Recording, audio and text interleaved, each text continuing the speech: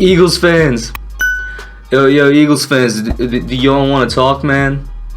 Do you need to just take a time to chill and talk, man? Like, I know Eagles fans are hurting right now, bro. How you lose to the Washington football team? They don't even have a name. They're just called the Washington football team. How do you lose to that team? The team that just picked second overall in the NFL draft. You guys lost to them. How? Why do I even have this on? Like I'm not even using my headset mic. I'm using my actual microphone off to the side here, but I guess I had it on because I have it and whatnot. Listen, man. Week 1 in the NFL, or I guess I should say the first weekend is over. Obviously, there's tonight's game, which include my Giants going up against the Steelers, and then I think it's Titans and Broncos. That's who it is, Titans Broncos. But week 1, basically the first weekend is over, and I gotta say, there were definitely some surprises. Of course, the Eagles at Washington. Let me just say this. That Washington defensive line, no joke. They're no joke at all. They're definitely as what they were built to be. They're definitely living up to their hype. I will say, though, 8 sacks on that Eagles offensive line. I think, a good amount of that definitely has to do with just how bad the performance of the Eagles O-line was. I don't expect Washington to be out here getting 8 sacks every week against their opponents. But that was an amazing performance, and they put everybody on notice. They completely shut the Eagles out in the second half. They were down 17-zip, came back. Their defense is what got them back in the game, but their offense did capitalize on opportunities. Dwayne Haskins looked trash in the first half. He looked like a game manager in the second, which is a good thing. He reminded me of Alex Smith, funnily enough, who is obviously on their team in the second half, which is a game manager. He did what he needed to be done. He was effective as a passer in the second half, and he scored when they needed to. Not a believer yet, though. It's going to take a lot for me to believe in Dwayne, but he's definitely moving in the right direction. But in terms of the Eagles, that offensive line is absolutely terrible. Carson Wentz was scared in the second half because he got sacked 8 times, and your boy predicted this would happen. I've been saying since April that the Eagles are going to be a terrible team because of a couple of reasons. They don't have any type of defensive depth or linebacking core, and that showed today. And then, of course, as the offseason went on, their depth dwindled not only on the defense, but across the entire team. It went from being just depth on the linebacking core to then depth on the defensive line and even their secondary. And now they had no offensive line depth, and they had injuries like a week before the season started. And then during the game, they got 2 new injuries. You got a team that has no depth and you keep getting injuries, they're going to be terrible.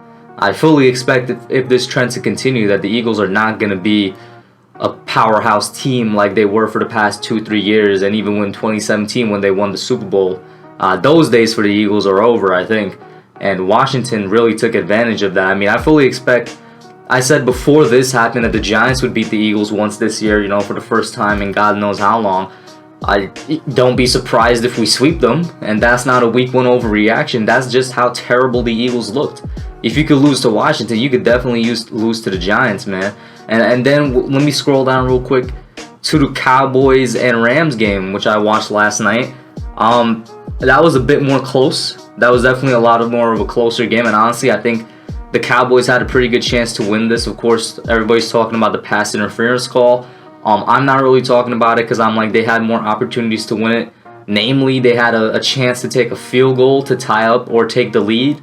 I call it tie up because maybe the game would have gone into overtime. They took that field goal and they didn't take it. Instead, I think they went for it on 4th and 3 instead, which was definitely a question mark.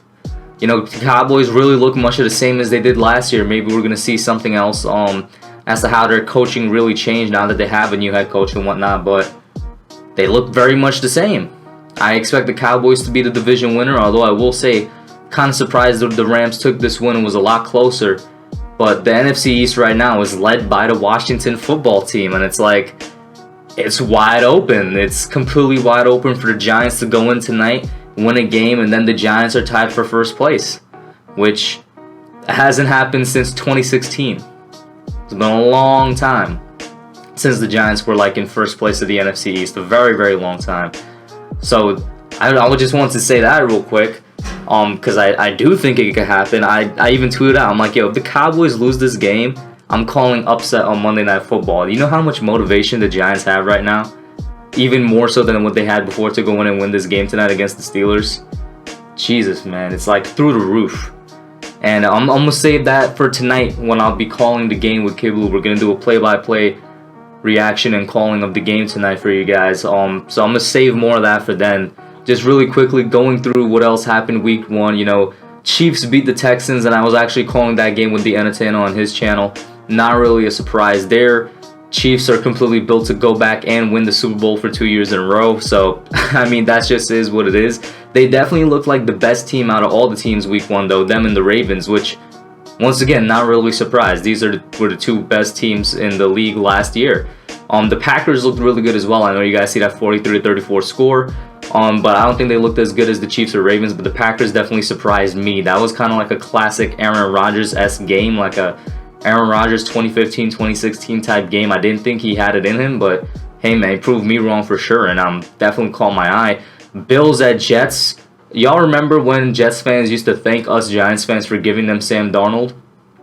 Yeah, they look like real idiots now. It's because Sam Darnold, in his 3rd year in the league, still looks like trash. This man still does not look like a starting quarterback in the NFL. And you got people thanking us for giving him Sam Darnold. The Browns, who just only put up 6 points, they were thanking us, you know, for basically not, well, they had the first overall pick. But the Browns were clowning us because they had Baker Mayfield and we had Daniel Jones last year. And Daniel Jones in his 2nd year looks better than Baker in his 3rd year. It's like all these people that were hating on the Giants, now their quarterbacks are just terrible. That 2018 draft class in general is just looking terrible, except for Lamar Jackson, who was taken 32nd overall, the last quarterback taken in that first round. Colts at Jaguars. Jaguars with the upset. Gardner Minshew. It's funny. Gardner Minshew is almost to a T exactly what everybody wanted Baker Mayfield to be. But Minshew's on the Jaguars, and he's not going to let them tank. This guy's, he's the real deal. I'm a believer in Gardner Minshew. I'm not a believer in Mayfield or Darnold, or even Josh Allen, even though he had a good game. But I'm a believer in Gardner Minshew. This is 2 years in a row now on a terrible Jaguars team, and this team is worse than it was last year, where he just wills them to a win.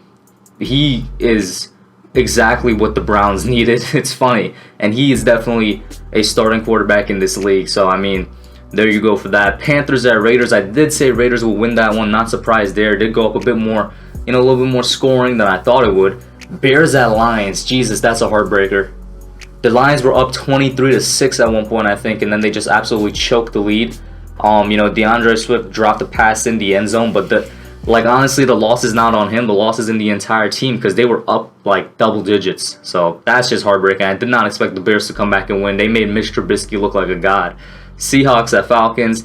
Not surprised there. Seahawks look like they're in prime form. Dolphins at Patriots. I said the Patriots would win.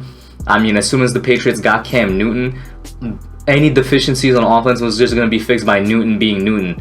And then defense, you got Belichick. No matter how many pieces they lose, Belichick could always whip up a good defense. I don't know why people lost faith in the Patriots like that. For the past 20 years, they've been the best organization in football. I don't think that's changing anytime soon. Chargers at Bengals. Not surprised there, although that score is a bit closer than I thought it would have been. I didn't get to watch this game. I heard Joe Burrow had a little scrambling play and whatnot. Didn't really get to check that out. But that score is a bit closer than I thought it was going to be. Cardinals at 49ers. Another upset game. The Cardinals beating the defending NFC champion 49ers 24-20. And the thing that surprised me about this game, I know Kyler Murray, he had a godlike stats sheet. He had like 250 passing yards, 91 rushing yards.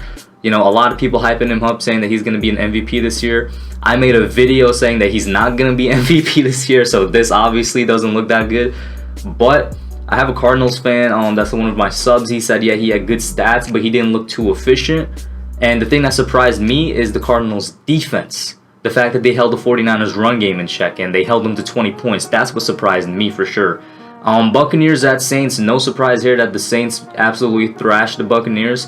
Like I've said, they've been together for a long time. They've been running the same offense and defense for a long time. The Buccaneers, on offense at least, are going to become something completely new. They're going to take time to get used to each other. Brady, in his first game, he had ups and downs. You know, the brand new Tom Brady Buccaneers, he had his ups and downs. He looked good in some passes. In others, it looked like he was a 45-year-old quarterback. So, you know, take that with what you will. And then, of course, I already spoke on Cowboys, Rams. So those are my thoughts on what happened week 1 so far. Obviously, I'm still going to be laughing at the fact that Eagles lost to the Washington football team and that the Cowboys lost to the Rams. Any NFL Sunday where the Giants don't lose, because obviously we didn't play, we play on Monday, but any NFL Sunday where the Eagles and Cowboys lose, I'm always happy. So put your thoughts down below, let me know what you all think, and I'm out. Thanks for watching. Don't forget to like, comment, subscribe, and share. I'll catch y'all in the next one.